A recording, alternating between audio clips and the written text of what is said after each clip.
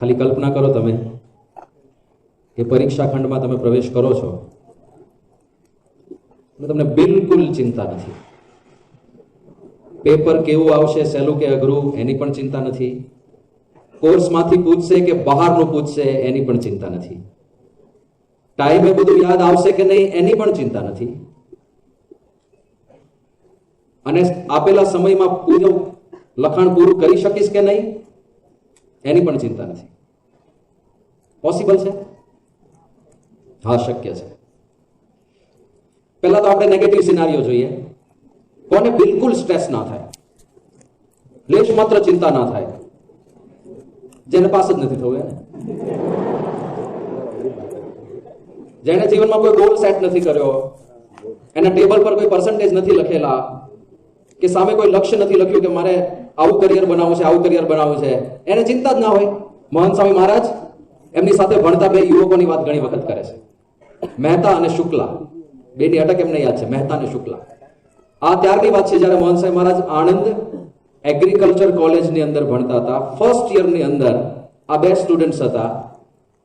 First યરમાં 6 વર્ષ કાઢ્યા, 6 વખત નાપાસ થયા બંને. વચ્ચે તો શિક્ષકને દયા આવી ગઈ કે આ બિચારા હવે પાસ થાય તો સારું. એટલે શિક્ષકે બંનેને એની ઓફિસમાં બોલાવ્યા અને બંનેને કીધું, નોટ્સ આપી કે જો આટલી નોટ્સ છે, તમારે બીજું કશું જ નથી વાંચવાનું, કોઈ જહેમત નહીં, ખાલી આટલી નોટ્સ મેં તમારા માટે બનાવી રાખી છે, આ વાંચી જ દેશો, ખાલી તમે પાસ તો આરામથી થઈ જશો.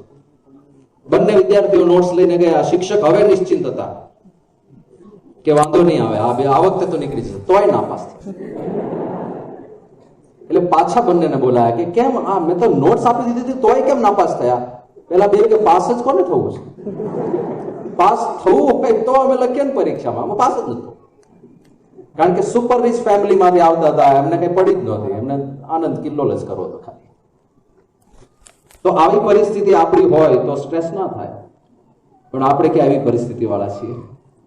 આપણે તો બધા કંઈક ને કંઈક લક્ષ્ય બાંધીને બેઠા હોઈશું. અને એવા સંજોગોમાં પણ સ્ટ્રેસલેસ એક્ઝામ આપવી હોય તો એની કળા શું છે? 3 મુદ્દા છે અને સ્ટેપ બાય સ્ટેપ છે. પહેલું છે, if we are fully prepared, તો આપણને ભય ના લાગે. પૂર્ણ તૈયારી. ચેલેન્જ ફેંકી શકીએ શિક્ષકોને કે પુસ્તકના કોઈ પણ ખૂણામાંથી પૂછો, આઈ એમ રેડી. કોઠારી બાપા માટે મહંત સ્વામી મહારાજ એક વખત શબ્દ વાપર્યો હતો કે કોઠારી બાપા તૈયાર કરીને પરીક્ષા ખંડમાં પ્રવેશ કરે તો કોઠારી બાપાને બીક ના લાગે, પણ પરીક્ષા ખંડ ધ્રુજતો હોય. આવું રૂપક આપ્યું હતું મહંત સ્વામી મહારાજે કોઠારી બાપા માટે. એવા તૈયાર હોય.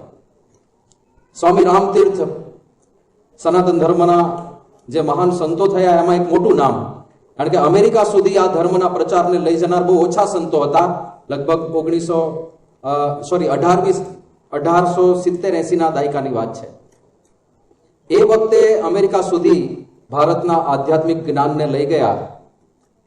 પણ એમનું વિદ્યાર્થી જીવન કેવું હતું? એ વખતે લોકો ભણતા જ નહોતા. કોઈ કે 10મું ધોરણ પાસ કર્યું હોય ને તો એ પણ ડિગ્રી કહેવાતી, બહુ મોટી ડિગ્રી. મેટ્રિક કહેવાતું 10મું ધોરણ પાસ. મેટ્રિક થયેલો છે, કોલર ટાઈટ કરીને ફરે. એમાં આ સ્વામી રામતીર્થ, એમણે મેટ્રિક તો પૂરું કર્યું, BA ના ફર્સ્ટ યરમાં એમણે પ્રવેશ કર્યો અને પહેલા વર્ષમાં નાપાસ થયા. અને એ સેટબેક એમને એવો લાગ્યો, પોઝિટિવ લાગ્યો. હા, ફેલિયરને સ્ટેપિંગ સ્ટોન બનાવવાની વાત તમે સાંભળી હશે. વાતો તો બધા બહુ કરતા હોય છે અને સાંભળવાવાળા સાંભળતા હોય છે. યુટ્યુબ પર મોટિવેશન સાંભળવાનું ને આના જેવું છે. મોટિવેશન સાંભળ્યા જ કરે ખાલી, બસ 24 કલાક. એ યુટ્યુબ પર મોટિવેશન એવું સાંભળતો હોય કે યુટ્યુબ વિડીયો ના જોવી.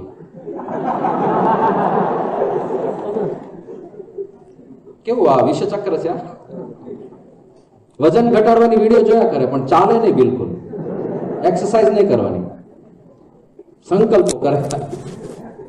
એવું નહીં. આમને જે ફેલિયર મળ્યું, નિષ્ફળતા મળી, એનો સ્ટેપિંગ સ્ટોન તરીકે ઉપયોગ કર્યો અને એવા ફિયર્સ થઈ ગયા કે આ વખતે એવી તૈયારી કરવી છે કે પહેલો નંબર યુનિવર્સિટીમાં આવવો જોઈએ.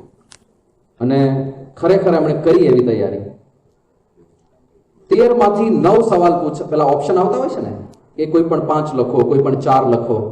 13 સવાલ પૂછ્યા હતા અને એમાં લખ્યું હતું કોઈ પણ 9 લખો, અને આપણે 13 લખ્યા. ગીવન ટાઈમમાં પાછું. ઘણી વાર ટાઈમ એટલો જ હોય કે 9 જ લખી શકીએ. પછી આપણે સિલેક્ટ કરવું પડે કે ટૂંકા કયા છે, વધારે સારા કયા આવડે છે. સિલેક્શનની કોઈ વાત જ નહીં, બધા આવડતા હતા અને એટલા સારી રીતે આવડતા હતા કે બધા સારામાં સારી રીતે લખી શકે. અને પ્રેક્ટિસ એવી કરી હતી કે ઓછા ટાઈમમાં બધું લખી શકે. 13 એટેન્ડ કર્યા અને ત્યાં એમણે નોટ લખી, કોઈ પણ 9 તપાસો જાઓ. આને કોન્ફિડન્સ કહેવાય. અને આખી યુનિવર્સિટીમાં એ વખતે એમણે ટોપ કરેલું. તો આટલી પ્રિપેરેશન જો આપણી હોય તો વી કેન બીકમ ફિયરલેસ. તો કોઈ સ્ટ્રેસ ના થાય, તો કોઈ તણાવ કે ચિંતા ના થાય.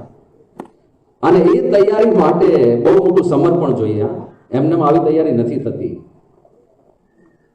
જોકે હવે તો બહુ ઝાઝા દિવસો નથી રહ્યા, એટલે મારે સ્ટેપ 1 થી તો વાત નથી જ કરવાની કે ફિક્સ ધ ગોલ. 18 દિવસમાં શું ફિક્સ ધ ગોલ? 18 દિવસ જ બાકી છે. 18 દિવસમાં પણ ઘણું બધું થઈ શકે.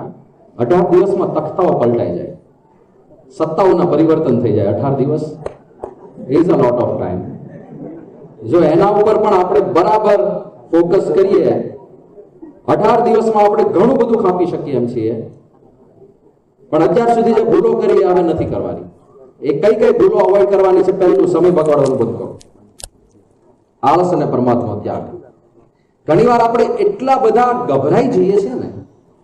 શું થાય કે જ્યારે વર્ષ શરૂ થયું ને તમે કોઈ પણ જગ્યાએ કોચિંગ લેતા હશો, એ કોચિંગ વાળાએ તમને કહ્યું હશે કે રોજે રોજનું રોજ તૈયાર કરી દેજો, કહ્યું હશે, બરાબર? હવે એક દિવસ આપણે તૈયાર ના કરીએ એટલે બીજા દિવસે ડબલ થઈ ગયું, કારણ કે રોજ કંઈક નવું યાદ રાખવાનું છે. બીજે દિવસે આળસ કરીને ઇન્સ્ટામાં ફસાઈ ગયા, ત્રીજે દિવસે 3 ગણું થઈ ગયું. અને પછી એ સ્ટેક એટલો મોટો થાય કે એ બધું જોવાની જ ઈચ્છા ના થાય.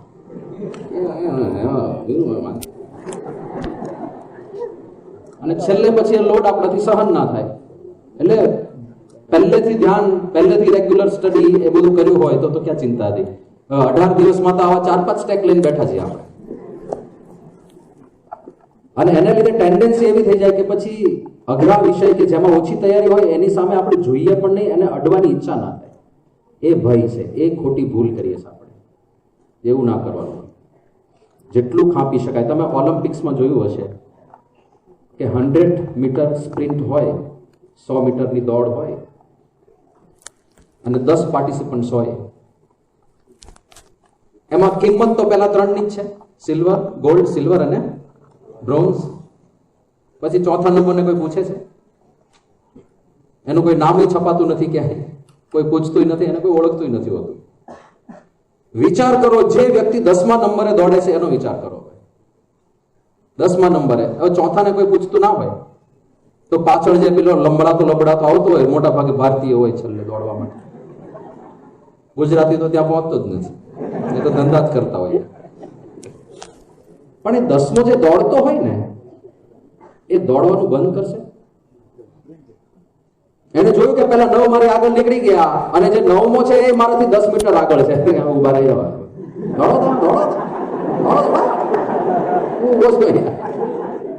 એવું કરે છે. એ છેક સુધી દોડશે, છેક સુધી પ્રયત્ન કરશે કે એટલીસ્ટ હું 9માને પાછો પાડીને 8મો તો 7મો કે જેટલો આગળ વધી શકું એટલું. દોડવાનું બંધ નહીં કરે. આપણી પાસે આ ઝીલ હોવી જોઈએ. એક સ્ટુડન્ટ તરીકે, એક વિદ્યાર્થી તરીકે ભલે પાછળ રહી ગયા, પણ દોડવાનું બંધ નહીં કરીએ. છેલ્લા શ્વાસ સુધી દોડીશું, છેલ્લી મિનિટ સુધી દોડીશું. એક્ઝામમાં ખંડની અંદર પ્રવેશ કરતા પહેલા છેલ્લું વાક્ય વાંચી લઈશું. જોકે આપણે તો કરતા જોઈએ છીએ. છેલ્લી કલાક તો બહુ વાંચીએ છીએ, પણ 10 કલાક વહેલા ઇન્સ્ટામાં પાસે જતા રહીએ છીએ. પ્રશ્ન કારણ કે રેલો આવે ત્યારે તો બધા દોડે. રેલા આવતા પહેલા નથી દોડાતું. પણ હવે તમે મનમાં રેલો લાવી દો. 18 દિવસ એ રેલો જ છે. એટલે સમય બગાડવાનું બંધ. અને સમય બગાડવાનું બંધ કરવા માટે આપણે આપણી જાત ઉપર ખૂબ જ કડક પાબંદીઓ મૂકવી પડશે. ખૂબ જ કડક પાબંદીઓ. પહેલું કામ મોબાઈલને તો સાઈડમાં જ મૂકો, કારણ કે સૌથી વધારે સમય એમાં બગડે છે. આખું વર્ષ જેને મૂક્યો હોય એને તો ખૂબ ધન્યવાદ છે. ચાલો આપણે એક પ્રયોગ કરીએ તમારામાંથી કે 10th અને 12th હતું એટલા માટે તમે જાતે સંયમ કરીને કોઈ પણ રીતે મોબાઈલનો ઉપયોગ ઓછો કર્યો હોય અથવા તો બંધ કર્યો હોય એવા કેટલા વિદ્યાર્થીઓ છે? ધન્યવાદને પાત્ર છે. આને સ્વજાગૃતિ કહેવાય. હવે સ્વજાગૃતિ નથી તો હવે હું જગાડું છું બધાને, જાગો. 18 દિવસ રહ્યા છે, હવે તો જાગો, હવે બંધ. કારણ કે મોબાઈલ બહુ ભયંકર વસ્તુ છે. સ્ટુડન્ટ્સ માટે તો ખાસ. આપણને ખબર નથી એ એપ્સ કેવી રીતે ડિઝાઇન કરવામાં આવે છે. આપણને ખબર નથી કે each and everything is made to be addictive. દરેક વસ્તુને નશામાં જેવું વ્યસન થાય છે એવું જ વ્યસન બને એટલું એડિક્ટિવ બનાવવામાં આવે છે. એ આપણને ખબર જ નથી. હમ તો બસ મजे लूट रहे हैं, हमें तो पता ही नहीं है कैसे सब किया जाता है.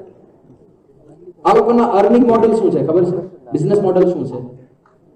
ઇન્સ્ટા મફત આપે છે ને તમને, ફેસબુક મફત આપે છે, યુટ્યુબ મફત આપે છે. તો અર્નિંગ મોડેલ શું છે? બે વસ્તુ, એડવર્ટાઇઝમેન્ટ, બીજું તમારો ડેટા. તમારી પર્સનાલિટી આખી તમારા મોબાઈલમાં છે. વોટ્સએપ વાળાને ખબર છે તમે કેવા વ્યક્તિ છો. તમારા વાર્તાલાપને આધારે તમે શું ફોરવર્ડ કરો છો, તમે શું શેર કરો છો, તમે કેવા મેસેજ લખો છો, એને આધારે વોટ્સએપ તમારું આખું જીવન ચરિત્ર લખી શકે. ગૂગલ તો લખી જ શકે. બ્રાઉઝરને તો ખબર જ છે તમે ક્યાં શું કરો.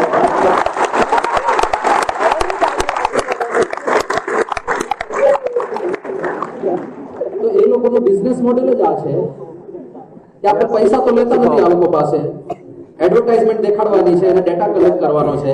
ક્યારે વધારે કરી શકે? જો તમે વધારે એ એપ ઉપર રહો તો. એટલે એક જ લક્ષ્ય લઈને બેઠા છે કે આપણી એપ્લિકેશન એવી હોવી જોઈએ કે એક વાર એ અંદર ઘૂસ્યો પછી બહાર ના નીકળી શકે. ગયો ને ગયો. અને એના માટે એ લોકો પર્સ્યુએસિવ ટેકનિક્સ વાપરે છે. કદાચ તમે શબ્દ સાંભળ્યો. શું છે પર્સ્યુએશન? ટેકનોલોજી તો ઘણી બધી છે. આ કેમેરા ટેકનોલોજી છે, આ લાઇટ્સ પણ ટેકનોલોજીનો જ એક ભાગ છે, આ માઇક પણ ટેકનોલોજી છે, ઘડિયાળ પણ ટેકનોલોજી છે. પણ આ પર્સ્યુએસિવ નથી. માઇક મારી પાસે કૂદતું ના હોય, મારી અંદર બોલ કોઈ કે સેટ કરવું પડે, પછી કોઈ કે ચાલુ કરવું પડે. પણ પર્સ્યુએશન કોને કહેવાય? એ તમને આકર્ષે. કોઈ કે મેસેજ કર્યો અથવા તો ઇન્સ્ટામાં તમે જેને ફોલો કરતા હોય એને નવી પોસ્ટ નાખી, ટિંગ ટિંગ, અને મોબાઈલ કે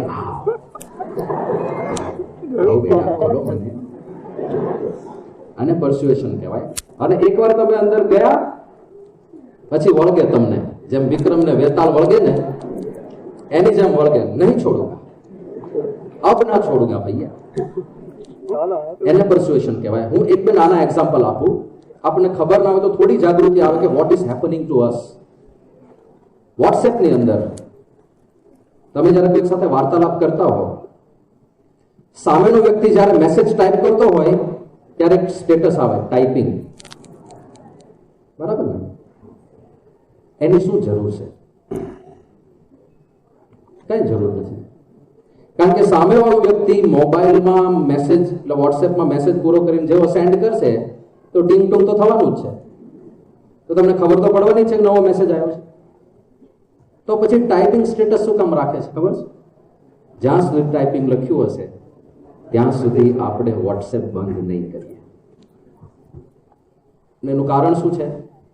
આપણી જે બેઝિક ઇન્સ્ટિંક્ટ છે ને,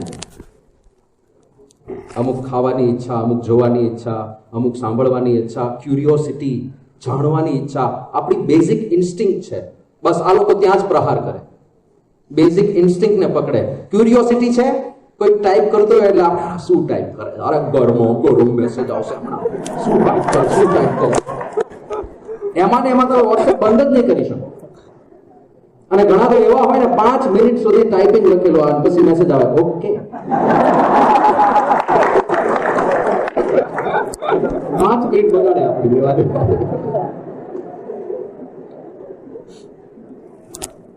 હવે વોટ્સએપ આ જાણે છે વોટ્સએપને ખબર છે કે આ ફીચર લોકોનો ટાઈમ બગાડે છે, અને આપણને એમ થાય કે એમાં હું આપણો રોજનો 2 મિનિટનો ટાઈમ બગડતો છે. તમારો 1નો 2 મિનિટનો ટાઈમ બગડે છે. દુનિયાની અંદર 3 બિલિયનથી વધારે લોકો વોટ્સએપ વાપરે છે. એ બધાની 2-2 મિનિટ ભેગી કરો એક દિવસની, અને કેટલું થાય? જિંદગીઓની જિંદગીઓ થાય. વોટ્સએપ રોજ કેટલા બધાની જિંદગીઓ જેટલો સમય બગાડી નાખે આખી દુનિયાનો, અને એ લોકો ઇન્ટેન્શનલી કરે છે કારણ કે એમને તો પૈસા કમાવા છે, એમને ક્યાં આપણા ફ્યુચરની પડી છે. આ તો મેં એક નાનું ઉદાહરણ આપ્યું. અને એકદમ ડેન્જરસ કોમ્બિનેશન કોઈ થયું હોય ને, એ છે ટિકટોક. Very dangerous combination. એમાં 2 પર્સ્યુએસિવ ટેકનોલોજી છે. તમે કદાચ સાંભળ્યું હશે, પણ અમારે રિપીટ કરવું છે કારણ કે this is a critical time. 18 દિવસ જ બાકી છે,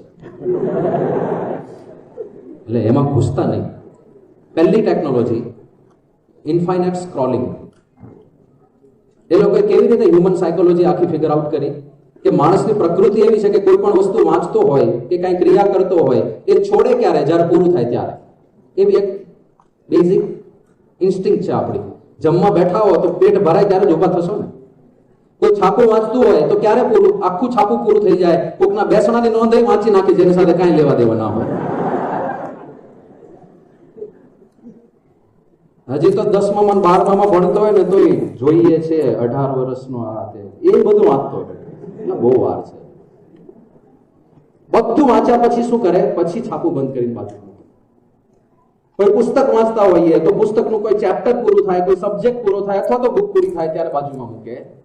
સાયકોલોજી એ છે કે માણસની ટેન્ડન્સી પૂરું થાય ત્યારે મૂકવાની છે. આ લોકોએ રિવર્સ સાયકોલોજી કરી. Vote if it doesn't and? પૂરું જ ના થાય તો મૂકી નહીં શકે. માનસિકતા એવી છે પૂરું થાય ત્યારે મૂકવાનું, પૂરું ના થાય તો એ નહીં મૂકી શકે. એટલે મૂકી દીધું ઇન્ફિનિટ સ્ક્રોલિંગ. પૂરું જ ના થાય. एक जाएगा दूसरा मंगल पांडे आएगा, दूसरा जाएगा तीसरा मंगल पांडे आएगा. એ આવ્યા જ કરશે. એ પૂરું જ નહીં થાય. અને એ વસ્તુ ટિકટોક વાળાએ તો નાખી, ન્યૂઝ ચેનલ વાળાએ કરીને. જો તમે ન્યૂઝ વાંચો કોઈ એપમાં, એ ન્યૂઝ પૂરા નથી થતા. 2 દિવસ જૂના, 3 દિવસ જૂના, મહિના જૂના દેખાડ્યા જ રાખે. હા, આપ દેખતે જાઓ, હમારા ખતમ નહીં હોગા. તો પહેલી આ છે વસ્તુ. હવે બીજું એમાં એ લોકો એ નાખ્યું, આના પર બહુ બધા રિસર્ચ થયા છે કે માણસને એન્ટરટેનમેન્ટ બહુ ગમે છે. બરાબર? મનોરંજક વસ્તુ હોય તો એમાં મજા આવે. સમય ક્યાં જતો રહે ખબર જ ના પડે. એન્ટરટેનમેન્ટ બહુ ગમે. પણ એ એન્ટરટેનમેન્ટ 1 જ મિનિટનું હોય ને તો શું થાય? એને મજા બહુ આવે, કારણ કે છે બહુ સરસ વસ્તુ, મજા બહુ આવે. પણ 1 મિનિટમાં એને સંતોષ ના થાય, એટલે બીજું જોવાની ઈચ્છા થાય. હવે આ વિષચક્ર. 1 મિનિટની શોર્ટ તમે જોઈ કે ટિકટોકની વિડીયો જોઈ કે ઇન્સ્ટા રીલ જોઈ, 1 મિનિટ મજા બહુ આવે, કારણ કે પેલા વિડીયો એટલી ક્રિએટિવ બનાવી છે, પણ સંતોષ ના થાય અને બીજું જોવાની ઈચ્છા થાય. તમે નેક્સ્ટ કર્યું, મજા બહુ આવે, સંતોષ ના થાય, ત્રીજું જોવાની ઈચ્છા થાય. નેક્સ્ટ મજા બહુ આવે, સંતોષ ના થાય, ચોથું જો મજા બહુ આવે, મજા મજા મજા મજા મજા, અને ચાલ્યા જ કરે. એવો લૂપમાં ફસાય કે એમાંથી બહાર ના નીકળી શકે. અને આ અનુભવ તમારા બધાનો હશે. એક ટીંગ થયું હોય તમને કહે સમજે એક જોઈ લો, 1માં પત્યું ક્યારે?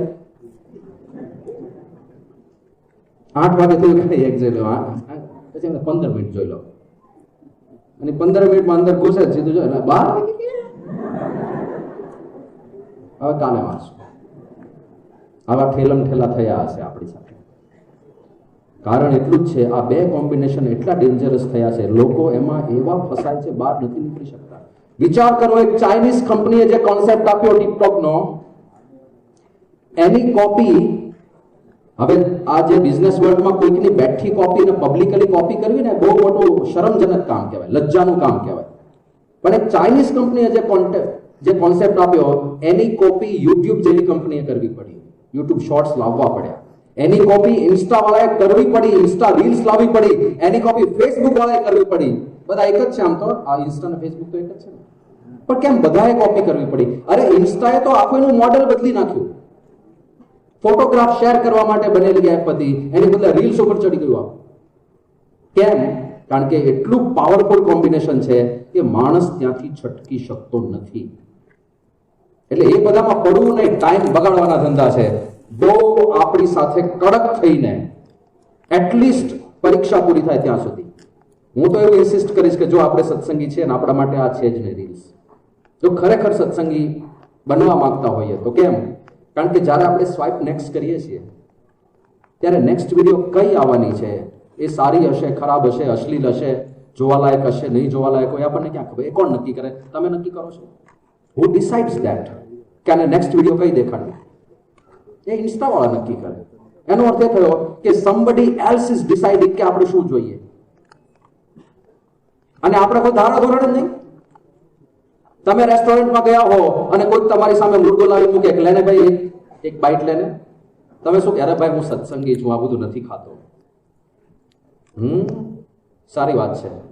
તમારા અમુક રૂલ્સ છે કે હું આવું નથી જ ખાતો એવું જોવામાં છે, કે હું આવું નથી જ જોતો એવું સાંભળવામાં છે, કે હું આવું નથી જ સાંભળતો. એ પાબંદીઓ લાવવી પડે સત્સંગી તરીકે. એટલે આપણા માટે આ બધું છે જ નહીં, હોવું જ ના જોઈએ. પણ ચલો નથી રહેવાતું તમારાથી જોયા વગર. એટલીસ્ટ અત્યારે એક્ઝામ પૂરી થાય ત્યાં સુધી ડુ નોટ ટચ ઇટ, કારણ કે બહુ સમય બગડશે. એવું બધામાં છે. હું એક એકનું નિરૂપણ કરવા બેસીશ તો આખું પ્રવચન એ વિષયમાં પૂરું થઈ જશે. પણ પહેલું અવોઇડ ડિસ્ટ્રેક્શન્સ. એ ડિસ્ટ્રેક્શન્સ બંધ. એક પુસ્તક વાંચતો તો હમણાં હું, સ્ટોલન ફોકસ કરીને એનું ટાઇટલ છે. વેકેશનમાં આ બધું કરવા જેવું છે. આવા કંઈક સારા પુસ્તકો વાંચો તમે. Stolen focus. કેમ આપણે ફોકસ નથી કરી શકતા આ જમાનામાં? એનું મોટું કારણ એ લોકોએ મોબાઈલ અને સોશિયલ મીડિયા તો આપ્યું જ છે, પણ એમાં એક બીજી વિશિષ્ટ વાત લખી છે, એક રિસર્ચની વાત કરી છે. યુનિવર્સિટી ઓફ કેલિફોર્નિયાના એક પ્રોફેસરે રિસર્ચ કર્યું છે અને એના રિસર્ચનો વિષય છે ડિજિટલ ડિસ્ટ્રેક્શન્સ. એકવાર આપણે ડિસ્ટ્રેક્ટ થઈએ ડિજિટલી, મોબાઈલમાં એકવાર ઘૂસ્યા, તમે વાંચો છો કોઈ વિષય અને વાંચતા વાંચતા કંઈક નોટિફિકેશન આવે ને તમે મોબાઈલ ખોલ્યો, અથવા તો એમને ક્યુરિયોસિટીથી જોયું કે ભાઈ વાંચીને કંટાળ્યા છે, ચાલો મોબાઈલ થોડી વાર હાથમાં લઈએ. એકવાર તમે એમાં ઘૂસ્યા, it tax 23 minutes and 15 seconds on an average to refocus. ફરીથી પાછું તમારા વિષયમાં ઘૂસતા એવરેજ 23 મિનિટ અને 15 સેકન્ડ જાય છે. તો વિચાર કરવો પડે. તમારે કદાચ બ્રેક જોઈએ છે તો એ બ્રેકની અંદર થોડી એક્સરસાઇઝ કરી લો, થોડું સ્ટ્રેચિંગ કરી લો, એકાદું કીર્તન સાંભળી લો, પણ મોબાઈલમાં ના જાઓ. એ ડિસ્ટ્રેક્શન કે બ્રેક પણ બહુ પ્લાનિંગ સાથે લેવા પડે, કારણ કે ખોટા ડિસ્ટ્રેક્શનમાં પડ્યા કે બારી ખોલીને જોઈએ કે હમણાં કપડા સુકવવા આવશે બાજુના ઘરે. આનું ત્યાં મન ગયું તો ક્યાંથી ફોકસ થશે? પછી અત્યારે ભણવાની ઉંમર છે, પછી તમને બધાય કે તમારા મા બાપ પરણાવશે, ચિંતા ના કરો. અહીંનો પ્રસંગ છે અમદાવાદનો. સંતોને મળવા એક યુવક આવ્યો હતો. 12th ની પરીક્ષા નજીક હતી, એકાદ મહિનાની વાર હતી. અત્યંત પસ્તાવા સાથે રડતો હતો કે બહુ મોટી ભૂલ કરી નાખી, બહુ મોટી ભૂલ કરી નાખી. પણ શું થયું કહેતો ખરો? એક 11th 12th નું અમારે ટ્યુશન ચાલતું હતું અને 11th ના ક્લાસીસમાં મારી સાથે એક યુવતી હતા. તો ક્લાસ પૂરો થયો અને નીચે પાર્કિંગમાં ભેગા થયા. એ એમનું એક્ટિવા હતું, એ પેલું પાર્કિંગમાંથી બહાર કાઢતા હતા અને એમાં મારે પણ મારી બાઇક પાર્કિંગમાંથી બહાર કાઢ્યો ને, એટલે અમારી એમને સાહજિક રીતે આંખો ભેગી થઈ ગઈ અને બેન મારી સામે હસ્યા. તમે બધા એક સૂત્ર બોલતા હશો,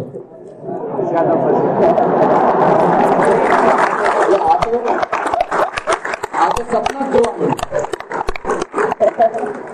જોવા માંડ્યો. અને આવું થાય ને ત્યારે એને બધા બોલિવૂડના સોંગ 1970 ના યાદ આવે. અને આ ભાઈ તો કઈક સપનાની દુનિયામાં જ રાચે છે. પછી તો પીછો કરે આખો દિવસ, આખું ટાઈમ ટેબલ એને ખબર હોય, કેટલા વાગે ઉઠે છે, પછી પહેલું ટ્યુશન કયું, બીજું ટ્યુશન કયું, કોને કોને મળે છે, સ્કૂલે ક્યારે જાય છે. અને એમાં ને એમાં આ 1 વર્ષ જેટલો એની પાછળ ફર્યો. અને પછી એને થયું કે કબ તક, કભી તો ઇઝહાર કરના પડે. એટલે એને હિંમત ભેગી કરીને આ પેલું આ જૂની વાત છે, જયારે આ બધું ઇન્સ્ટા ને બધું નહોતું ત્યારે. અત્યારે તો બહુ સહેલું થઈ ગયું. તમે સીધો નંબર એકથી હોદી કાઢીને ફટાક મોકલી દેવાનો મેસેજ. રિજેક્ટ થાય તો રિજેક્ટ. આમાં શું? એ વખતે આટલું સરળ નહોતું. એટલે એને તો પેલા સરસ મજાના ફૂલડા વાળા કાગળ મળે છે ને, કાગળ લઈ આવ્યો ને અંદર પોતાની હૃદયની ઉર્મિઓ બધી ઠાલવી કે જ્યારથી એ નજર ચાર થઈ છે એમ કરીને બધું લખ્યું હશે એને, આખી હિસ્ટ્રી એની બધી ભાવનાઓ ઠાલવી, સરસ મજાના ગુલાબી કવરમાં મૂક્યું, ઉપર અત્તર થોડું છાંટ્યું, અને પછી હિંમત કરીને, ઘણી વાર તૈયાર થઈ ગયો તો ઘરે જ પડ્યું રહે, હિંમત ના ચાલે ને આપતા. આ ભાઈ તો રસ્તામાં પેલા બેન જતા હશે ને ઉભા રાખે, ઉભા એક જ મિનિટનું કામ છે, શું છે ને આ પેલું પત્ર આપ્યો. પેલા બેને ત્યાં જતો સ્ટ્રેટ ફોરવર્ડ હતા, એમને તો કઈ એને ખબર નહોતી આ લલ્લુ પાછળ ફરે છે એક વર્ષ. એટલે એમણે ત્યાં જ ઉઘાડ્યું પત્ર અને આખી બધી આના હૃદયની લાગણીઓ વાંચી અને મોઢાના હાવભાવ બધા ફરવા માંડ્યા. ગુસ્સો આવ્યો, કિસ દિશામાં જા રહા હૈ? પેલા બહેન કે હું તારા સામે હસી હતી એટલા માટે કારણ કે આપણા ટ્યુશનમાં બધા લલ્લુ ને લફંગા જેવા છોકરાઓ હતા. તું એક મને સીધો સાધો ને સારો છોકરો લાગ્યો, એટલે હું વિચારતી હતી કે મારા જો ભાઈ હોય ને તો તારા જેવો ભાઈ હોય.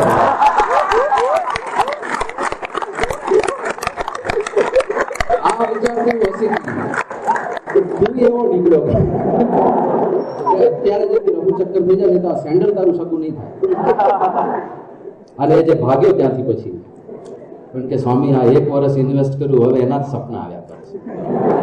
આ રિજેક્શન હું પચાવી નથી શકતો, વાંચવામાં ફોકસ નથી કરી શકતો, ચોપડી ખોલવું ને એ દેખાય છે. હવે તો છૂટો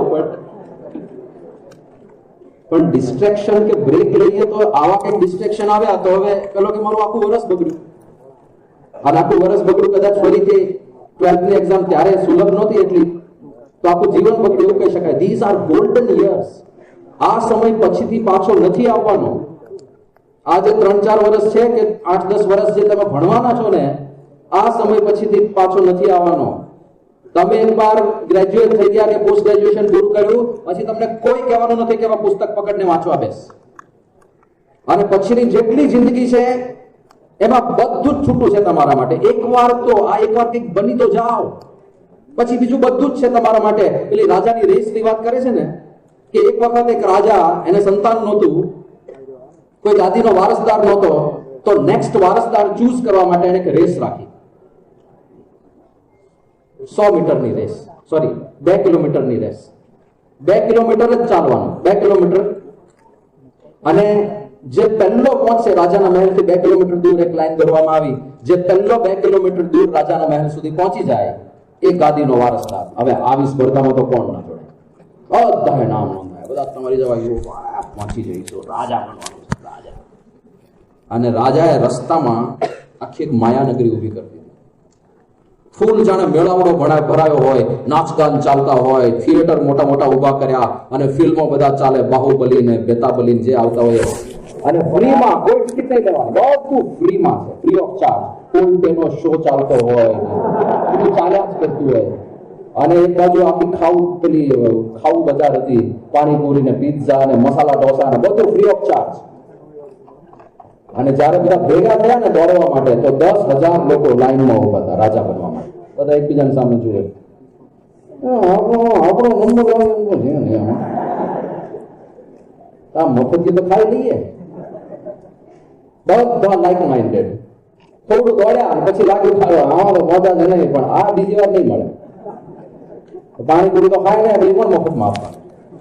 કેટલાક પાણીપુરીમાં ગયા, કેટલાક મસાલા ઢોસામાં ગયા, કેટલાક ફિલ્મો જોવામાં ગયા, કેટલાક કોલ્ડ પ્લેમાં ગયા, બધા જુદી જુદી જગ્યાએ વહેંચાઈ ગયા. રાજા રાહ જોયે કોઈ નવીરો આવે છે કે નહીં. એક રડો પડ્યો પહોંચ્યો ત્યાં, એક જ. બીજા બધા ફસાઈ ગયા ની અંદર. અને એક પહોંચ્યો, રાજાએ ધન્યવાદ આપ્યા, એનો રાજ્યાભિષેક કર્યો, યુવરાજ બનાવી દીધો એને. અને પછી એને એક પ્રશ્ન પૂછ્યો રાજાએ કે તું કેમ આ બધામાં ફસાયો નહીં? તને ઈચ્છા ના થઈ ગઈ પાણીપુરી ખાવાની? તને થિયેટર જોવાની ઈચ્છા ના થઈ ગઈ? એ કે મને થતી હતી ને. તો પછી કેમ તું ફસાયો નહીં?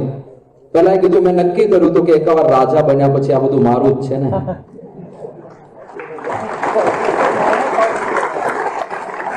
એકવાર રાજા તો બની જાઓ, પછી બધા વાવટા છૂટા છે, મર્યાદામાં રહીને, નિયમ ધર્મમાં રહીને. પણ પછી છે જ બધા વિષયો. તો એકવાર ભણીને કંઈક બની તો જાઓ. એટલે પહેલું, બીજી કોઈ જગ્યાએ ન ફસાતા. હવે 18 days we have. એમાં ફૂલ ફોકસ, સમયનો પૂર્ણ ઉપયોગ કરી લેવાનો. આપણા ગુરુવરી આપણા માટે આદર્શ છે. પ્રમુખ સ્વામી મહારાજનો ફોટો તમે જોયો હશે, જો અવેલેબલ હોય તો દેખાડજો. 1994 નો આ ફોટોગ્રાફ છે અને સ્વામી લંડન થી ન્યુયોર્ક જતા હતા પ્લેનની અંદર. હવે એરપ્લેનની અંદર સ્વામી ઉભા પત્ર વાંચન કરે છે. દેખાય છે ફોટો? સ્વામી ઉભા પત્ર વાંચન કરે છે. કેમ ઉભા પત્ર વાંચે છે? What is the background story? London થી ન્યુયોર્ક જવાનું હતું. જ્યારથી પ્લેનનું ટેક ઓફ થયું 3 કલાક સળંગ એમણે પત્ર વાંચ્યા. આપણને ખબર છે એમના ઉપર રોજના 50 થી વધારે પત્રો આવતા હતા અને રોજ જવાબ આપવા પડે. એક દિવસ આળસ કરે તો બીજા દિવસે 100 પત્ર થઈ જાય. 2 દિવસ આળસ કરે તો ત્રીજા દિવસે 150 પત્ર થઈ જાય. એમણે આળસ ક્યારે નથી કરી. અને કેવી રીતે સમયનો ઉપયોગ કર્યો છે? તો 3 કલાક એમણે પત્ર વાંચન કર્યું. પછી એમને આરામ કરવાનો હતો થોડી વાર. એટલે સેવક સંતોએ કીધું કે બાપા બાથરૂમમાં જઈ આવો, ત્યાં સુધી અમે તમારા આરામની વ્યવસ્થા કરીએ છીએ. સ્વામી બાથરૂમમાં જઈને પાછા આવ્યા. અહીંયા આજે બધું ગોઠવણ કરતા હતા. એટલે સેવક સંતોએ કીધું કે બાપ થોડી વાર ઉભા રહો, 1 જ મિનિટમાં વ્યવસ્થા થઈ જશે. એ 1 મિનિટનો સમય મળ્યો ત્યારે બાપાએ ધર્મચરણ સ્વામીને કહ્યું કે 1 મિનિટ છે, લાવો એક પત્ર વંચાઈ જશે, પત્ર વાંચી લઈએ. એ 1 મિનિટમાં સ્વામી પત્ર વાંચી ગયા. હવે આવી રીતે સમયના ઉપયોગ કર્યા હોય ત્યારે આટલા નાના કાર્યકાળની અંદર 1200 થી વધારે મંદિરો બને, એમને ના બને. આપણે આ ગુરુના શિષ્ય છીએ તો આપણે કેમ સમય બગાડે? પોસાય એવું જ નથી. અને ખાસ કરીને અત્યારે તો નહીં જ. તો પહેલું આપણી સંપૂર્ણ શક્તિ હોમીને આ 18 દિવસ ફૂલ ફોકસ રહેવું છે. પહેલો મુદ્દો આ છે, ફૂલ પ્રિપરેશન. બીજો મુદ્દો છે સમજણ, wisdom. We have to be wise. એટલા માટે કારણ કે ઘણા બધાની પરિસ્થિતિ એવી હશે કે ગમે તેટલું હવે પ્રયત્ન કરે 18 દિવસમાં બધું પૂરું નહીં થાય. ફૂલ પ્રિપરેશન આપણે નહીં કરી શકીએ. તો ત્યાં આપણે સમજણ રાખવી પડશે કે ભલે ફૂલ પ્રિપરેશન ના થાય પણ જેટલી થાય એટલી પાછા નથી પડવું. અને સ્ટ્રેસલેસ લેવું છે તો ગભરાવું નથી. એક વખત એક શિક્ષકે ક્લાસમાં આવીને સરપ્રાઈઝ ટેસ્ટની અનાઉન્સમેન્ટ કરી. Today is a surprise test. અને બધા વિદ્યાર્થીઓ ગણગણા, હા સાહેબ હવન ચંડો જ છે. એટલે કોઈક જગ્યાએ નિશાસાના અવાજ આવ્યા, કોઈક જગ્યાએ આવી કોમેન્ટ્સ પસાર થઈ, કોઈક જગ્યાએ થોડો ગુસ્સો દેખાયો. એક છોકરો એકદમ સ્ટેબલ હસતો, આઈ એમ રેડી, આવવા દો સરપ્રાઈઝ ટેસ્ટ, કોઈ વાંધો નહીં. એટલે સાહેબે એને પૂછ્યું કે એલા તને કેમ ચિંતા ના થાય? આ બધા ઘુસઘુસ કરે છે, ગભરાયેલા છે, ચિંતામાં છે, કોઈ ગુસ્સામાં છે, તું કેમ શાંત છે, તું કેમ હસે છે, તું કેમ નિશ્ચિંત છે એકદમ? એને કહ્યું કે લુક સર, આ તો સિમ્પલ છે. I do not overthink, I just do my best. હું વધારે પડતા વિચાર નથી કરતો, પણ મારું જે બેસ્ટ છે એ હું આપી દઈશ, કારણ કે એના સિવાય બીજું હું કંઈ કરી પણ નથી શકવાનો. So do not overthink. આ વિઝડમ છે, આ શાણપણ છે, આ ડાપણ છે. હવે જે પાસ્ટ થઈ ગયો, જે થઈ ગયું એને આપણે બદલી નથી શકવાનું. Done is done. It can not be undone even if you go to London. ગમે ત્યાં જતા રહો, જે થઈ ગયું. હવે ભૂલનો પસ્તાવો કરવાનો કઈ અર્થ નથી. પણ હવે જે 18 દિવસ આપણી પાસે છે એમાં એ ભૂલો રિપીટ ના કરી અને જેટલું ખાંપી શકાય એટલું ખાંપી લઈએ. બીજું વિઝડમમાં એ પણ આવશે કે બેલેન્સ. ઘણી વાર આપણને, દાખલા તરીકે મેથેમેટિક્સ તમારો ફેવરિટ સબ્જેક્ટ છે અને તમને વિશ્વાસ છે કે એમાં 95% તો લઈ આવીશ મેથેમેટિક્સમાં, તો ભાઈ એમાં બહુ મહેનત ના કરો, કારણ કે તમે વધારે મહેનત કરશો તો 95 ના 96 થશે. પણ તમારું કેમેસ્ટ્રી વીક છે કે બાયોલોજી વીક છે, એમાં 70 ની ધારણા છે, તો એમાં મહેનત કરો, 70 ના 80% વાર નહીં લાગે, એટલા જ સમય. ગભરાવાનું નહીં, અઘરું ભલે લાગતું પણ ત્યાં મહેનત કરશો તો વધારે પડશે. પહેલામાં બહુ જોર કરશો તો એકાદો માર્ક્સ વધશે. એટલે બેલેન્સ્ડ મહેનત એ પણ શાણપણ છે, એ પણ ડાપણ છે. તો આ બીજો મુદ્દો છે. અને ત્રીજો મુદ્દો છે આધ્યાત્મિકતા. કારણ કે હમણાં સ્વામીએ વાત કરી ને, અમુક વસ્તુ આપણા હાથમાં છે, કર્મણ્યેવાધિકારસ્તે, પણ અમુક વસ્તુ આપણા હાથમાં નથી. મા ફલેષુ કદાચન. તાણે યાદ આવશે કે નહીં એ તમારા હાથમાં છે. આવડતી હોય ને વસ્તુ એ ભૂલી જવાય. બોલો, ઘણી વાર મારી સાથે જેવું થયેલું. ભુજમાં એક સભાની અંદર મારે અનાઉન્સમેન્ટ કરવાની હતી અને વિવેક સાગર સ્વામી મને કહેવડાવ્યું કે હું મારા પ્રવચનમાં અબુધાબી અને બહરીનનો ઉલ્લેખ કરવાનું ભૂલી ગયો છું, એટલે પ્રવક્તા તરીકે તમે અબુધાબી અને બહરીનનો ઉલ્લેખ કરી દેજો. હવે આ બે મંદિર તો ખબર જ હોય ને આપણને, આઈ વોઝ ઓવર કોન્ફિડન્ટ કે અબુધાબી અને બહરીન તો ખબર જ છે, એટલે મેં લખ્યું નહીં. પ્રવક્તા તરીકે આ બધું લખી લેવું જોઈએ, કદાચ ભૂલી જવાય છેલ્લી ઘડીએ, એટલે મેં લખ્યું નહીં.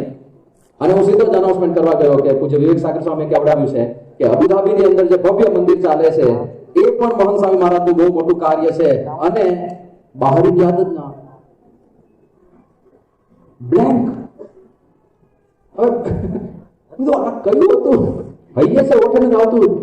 બીજું જે સંતે મને મેસેજ મોકલાવ્યો હતો ને પૂજ્ય અક્ષર કીર્તિ સ્વામી, એમને ખબર પડી ગઈ હું ફસાયો છું. તો સ્ટેજના બીજા છેડેથી બોલ્યા બહરીન. હા, બહરીન.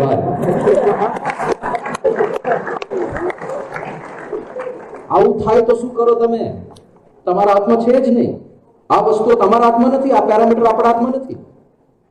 ત્યારે આધ્યાત્મિકતા કામ લાગશે. ભગવાન કરતા કરતા છે, જે કરે છે તે સારા માટે કરે છે. એ છેલ્લે આ પણ અત્યારે નહીં વિચાર ભગવાન કરતા છે, અત્યારે નહીં, અત્યારે ફૂલ મહેનત કરી લેવાની. પરિણામ ભગવાન પર છોડવાની વાત છે. કર્મણ્યવાધિકાર હસ્તે માં ફલેશુ કદાચન, કારણ કે કર્મ પણ પ્રદાતા ભગવાન છે અને ઘણું બધું જોઈને ફળ આપશે. અત્યારે ફૂલ મહેનત, અને છેલ્લે આ આધ્યાત્મિક જ્ઞાન તો આપણી સાથે જ રહેવું જોઈએ. એનો અખંડ સાથ આપણે રાખવાનો છે. જીવનના દરેક તબક્કે આવું થશે. દાખલા તરીકે તમે બે સાથે જ ભણો છો, એક સરખા પેપર લખ્યા, વર્ડ ટુ વર્ડ તમારા પેપર એક સરખા છે, પણ એક સરખા માર્ક્સ આવશે એની કેટલી પોસિબિલિટી? બિલકુલ નહીં. મેં ટીચરને જ પૂછ્યું હતું, મેં એક જ ટીચરને પૂછ્યું, મેં કીધું એક પેપર તમે અત્યારે તપાસ્યું 12 વાગે, અને એવું જ લખાણ, એક્ઝેક્ટલી એવું જ લખાણ બીજા વિદ્યાર્થીએ કર્યું હોય, અને એ પેપર તમે 4 વાગે તપાસો, બેઉને સરખા માર્ક આવે? એ કે સ્વામી હું તપાસું તોય સરખા ના આવે. હવે આમાં કઈ લોજિક કામ કરે છે? ન્યાય અન્યાયની દ્રષ્ટિએ વિચાર કરીએ તો બેઉને સરખું લખ્યું છે તો સરખા માર્ક્સ આવવા જોઈએ ને, તોય નથી આવવાના. કયા ફેક્ટર કામ કરે છે? કોણ એ શિક્ષકને પ્રેરણા કરે છે કે આને આટલા માર્ક્સ મૂકો, આને આટલા માર્ક્સ મૂકો? કોણ છે બધું કરનાર? ત્યાં તો ભગવાનનું ઇન્ટરવેન્શન આવવાનું છે ને. તમે કોઈ દાવો નહીં કરી શકો. અને પેલાને જે 2 માર્ક્સ ઓછા આવ્યા, એ 2 માર્ક્સ એને કેટલા મોંઘા પડે? એ 2 માર્ક્સ માટે એને જોઈતી શાખામાં એડમિશન ના મળે, મેડિસિનમાં એડમિશન ના મળે, અને એના પપ્પાની ખૂબ ઈચ્છા હોય કે મારા દીકરાને ડોક્ટર બનાવવો જ છે, તો કરોડના ડોનેશન આપવા પડે છે. એ 2 માર્ક્સ જે એની લાયકાત હતી, જે બીજાને મળ્યા છે, એને 2 કરોડમાં કે કરોડમાં પડ્યા. એ બધી બાબતોમાં આપણો કોઈ અધિકાર નથી. એ ભગવાનના હાથમાં છે.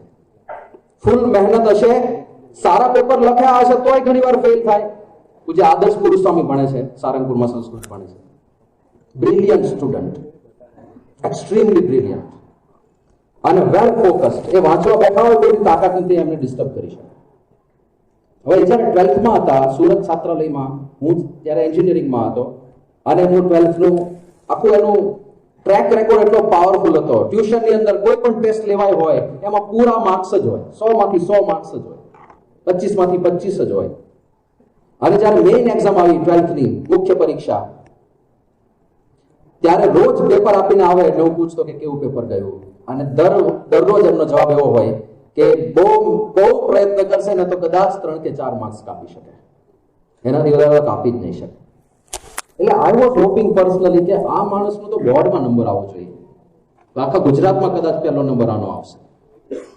અને એ પણ કોન્ફિડન્ટ હતા કે 94 થી 95% તો આપણા આવશે જ. અને શું રિઝલ્ટ આવ્યો ખબર છે? 75%, 75. જે માણસ સારામાં સારી મેડિકલ કોલેજમાં જવાનું સપનું જોઈને બેઠો હતો, એને બીએસસી કરવાનો વારો આવ્યો. શું કરી શકો તમે? કયો ફેક્ટર કામ કરી ગયો? શેને લીધે આટલા ઓછા માર્ક્સ આવ્યા? એને આજ સુધી અમને નથી સમજાયું. કારણ કે પેપર બહુ સારા લખાયા હતા, બધું સારું હતું, તો પણ કેમ માર્ક્સ ના આવ્યા? હજી સુધી એમની સમજની બહાર છે. પણ થોડા દિવસ પહેલા જ અમારે ચર્ચા થતી હતી. એ પાછા હોશિયાર વિદ્યાર્થીઓ છે, અત્યારે સંસ્કૃત ભણે છે બાપાની આજ્ઞાથી. સોમનાથ સંસ્કૃત યુનિવર્સિટીની અંદર શાસ્ત્રી કક્ષામાં આખી યુનિવર્સિટીમાં પહેલો નંબર, ગોલ્ડ મેડલ. હોનહાર વિદ્યાર્થી તો છે, પણ ત્યારે કેમ આવું થયું? તો અમારે હમણાં સાહજિક ચર્ચા થતી હતી ત્યારે આદર્શ ગુરુ સામે વાત કરી હતી કે સ્વામી, મને એવું લાગે છે કે જો હું મેડિસિનમાં ગયો હોત અને MBBS બન્યો હોત તો કદાચ મને સાધુ થવાનો વિચાર ક્યારેય ના આવે અને આ સેવા મને ક્યારેય ના મળે. આ માર્ગે વાળવા માટે ભગવાન આવું કર્યું. તો અત્યારે પરિણામનો વિચાર ના કરો, પણ પરિણામના આપનારા આપણા ઈષ્ટદેવ ભગવાન સ્વામિનારાયણ છે, એમના સિવાય કોઈ નથી. આ સમજણ સતત આપણી સાથે રહેવી જોઈએ અને અત્યારે ફૂલ ફોકસ આપણું મહેનત ઉપર હોવું જોઈએ. હમણાં પૂજ્ય કોઠારી સ્વામીએ વાત કરી, આપણે પ્રાર્થના ખાસ કરવી. એ સમયનો બગાડ નથી. ઘણીવાર લોકોને એવું લાગે સભામાં જઈએ તો સમય બગડે છે, પ્રાર્થના કરીએ તો એને બદલે 2 મિનિટ વાંચી લઈએ. એલા ભાઈ, એ સમયનું ઇન્વેસ્ટમેન્ટ છે, એ બગાડ નથી. પણ છટક બારી માટે પ્રાર્થના નહીં કરતા, વાંચવાની ઈચ્છા થતી નથી એટલે આખો દિવસ માળા કરી રાખીએ, એ નથી કરવાનું. પાછું બેલેન્સ હોવું જોઈએ બધે, પણ પ્રાર્થના રોજ કરવી કે સ્વામી આપ આવીને લખી જજો, હું તો ખુરશી બની જઈશ. કલ્પેશ ભટ્ટ છેલ્લો પ્રસંગ કહીને પૂરું કરીએ. બિટ્સ પિલાનીમાં ભણતા હતા આપણા કલ્પેશ ભટ્ટ, જે સમર્પિત સત્સંગી બંધુ, અત્યારે અમેરિકાની યુનિવર્સિટીમાં બહુ મોટા પ્રોફેસર છે. બિટ્સ પિલાની તો કેટલી રિનાઉન્ડ યુનિવર્સિટી કહેવાય, કેટલી સારી કોલેજ, અને એમાં ફર્સ્ટ યરમાં એક સબ્જેક્ટ ઇલેક્ટિવ હતો. તમે જ નક્કી કરી શકો કે કયો સબ્જેક્ટ લેવો. અને પ્રમુખ સ્વામી મહારાજને જ્યારે મળ્યા ત્યારે બાપાએ કીધું હતું કે જો માર્ક આવે સારા એવો સબ્જેક્ટ નહીં લેતો, પણ જે તને ઉપયોગમાં આવવાનો હોય એવો સબ્જેક્ટ લેજે. અને એને જોયું કે આ લિસ્ટમાંથી કયો મને વધારે ઉપયોગમાં આવે, તો કોમ્બિનેટોરિયલ મેથેમેટિક્સ નામની એક શાખા છે ગણિતની, એ એને લેવાનું નક્કી કર્યું. એના બધા સાથી વિદ્યાર્થીઓ કે એલા તારું છટકી ગયું છે કે શું, આમાં કોઈને માર્ક્સ જ નથી આવતા સારા. બહુ બોલ કરે ને, દાખલા તરીકે એ લોકો શું 20-20 માર્ક્સની 5 એક્ઝામ હોય, કોઈ ખૂબ બોલ કરે ને તો 12-13 મેક્સિમમ 14 જેટલા માર્ક્સ માંડ આવે. અને આ તો બહુ અઘરો વિષય છે, કારણ કે સર ભણાવતા હોય પહેલું સ્ટેપ લખે ને પછી સીધું 15મું સ્ટેપ લખે. અને કલ્પેશ ને બધું ઉપરથી જ જાય. કલ્પેશભાઈ કે એક વખત પૂછો ને સરને કે સર આ પહેલું સ્ટેપ અને બીજા સ્ટેપ વચ્ચેના સ્ટેપ ક્યાં? તો પેલા સર કે Kalpesh, if you can't understand this subject is not for you. જો તને આટલું ના સમજાતું હોય તો આ વિષય તારા માટે છે જ નહીં, તું બીજો વિષય લઈ લે. આવું કહી દીધું. આણે કહ્યું કે બાપાએ કીધું છે કે કામ લાગે એવો વિષય લેજે, એટલે મારે એમ કઈ મૂકવો નથી. પહેલી પરીક્ષા આવી 20 માર્કની, ફૂલ તૈયારી સાથે ગયા, અને જ્યારે પરિણામ આવ્યું 20 માંથી 2 માર્ક આવ્યા. છતાંય પાછા ના પાડ્યા, ચલો બીજી પરીક્ષા આપી. બીજી પરીક્ષા આપી, વધારે સારી તૈયારી સાથે ગયા હતા, 20 માંથી 1 માર્ક આવ્યો. પછી સાહેબે એને એની ઓફિસમાં બોલાયા કે કલ્પેશ, જો આમાં એવું નથી કે સબ્જેક્ટ બદલી ના શકાય, હજુ તારી પાસે ટાઈમ છે, હજુ તું સબ્જેક્ટ ચેન્જ કરી શકે, કારણ કે તારું પરફોર્મન્સ જોતા એવું લાગે છે કે તું આમાં પાર નહીં પડે, એટલે તું હજુ સબ્જેક્ટ બદલી નાખ. અને આનું મગજ પણ ચકડોળે ચડ્યું. એને તો એપ્લિકેશન લખી દીધી અને ત્યાં ડ્રોપ બોક્સમાં નાખવા સુધી પહોંચી ગયા. અને ત્યાં ગયા પછી વિચાર આવ્યો કે ના ના, બાપાએ કીધું છે ને કે કામ લાગે એવો વિષય લેજે, મારે પાછા નથી પડવું. અને પછી એને મહેનત તો કરી, પણ સાથે પ્રાર્થનાનું બળ ઉમેર્યું કે પ્રભુ બાપા તમે જ કરજો, તમને રાજી કરવા માટે ભણું છું, સંસ્થાના કામમાં આવું એટલા માટે ભણું છું, એટલે આપ જ છો, હું કશું જ નથી, મને કાંઈ જ આવડતું નથી, આપ આવીને લખી જજો, આપ જ બળ આપજો. અને ખરા હૃદયથી પ્રાર્થના કરીને ગયા, પરીક્ષા આપીને પાછા આવ્યા, અને એનું જે રિઝલ્ટ આવ્યું 20 માંથી 17 માર્ક આવ્યા. યુનિવર્સિટીનો રેકોર્ડ હતો. અત્યાર સુધી કોઈને 17 નહોતા આવ્યા. અને જે સાહેબે એને સલાહ આપી હતી કે તું આ વિષય બદલી નાખ, એને એ સાહેબે એને ઓફિસમાં બોલાયો અને કીધું કે કલ્પેશ, અમુક સ્ટેપ્સ તો તે એવા લખ્યા છે કે મારે સમજવું પડશે કે તે કેવી રીતે ગણતરી કરી. એની સપ્લિમેન્ટરી લઈને બંને બેઠા, અને કલ્પેશભાઈ ખોલીને સમજાવવા ગયા તો એ ફસાઈ ગયા, કારણ મને યાદ નતા તું મેં કેવી રીતે કર્યું. ત્યાં ડિવાઇન ઇન્ટરવેન્શન થાય છે, ત્યાં ભગવાનનો પ્રવેશ થાય છે. એટલે પ્રાર્થના રોજ કરવી. આ 3 સ્ટેપ છે: ફૂલ પ્રિપરેશન, દાપણ, શાણપણ, સમજણ, અને ત્રીજું આપણી આધ્યાત્મિકતા, આપણું જ્ઞાન. આ 3નું કોમ્બિનેશન હોય તો ફિયરલેસ, એકદમ નિશ્ચિત થઈને, એકદમ સ્ટ્રેસ ફ્રી થઈને આપણે એક્ઝામ ફેસ કરી શકીશું. તો એવી રીતે હળવા ફૂલ થઈને, ખુરશી બનીને બાપાને કરતા હરતા સમજીને આપણે પરીક્ષા આપી શકીએ. એ જ મહારાજ સ્વામીના ચરણોમાં પ્રાર્થના. શ્રી સ્વામિનારાયણ ભગવાન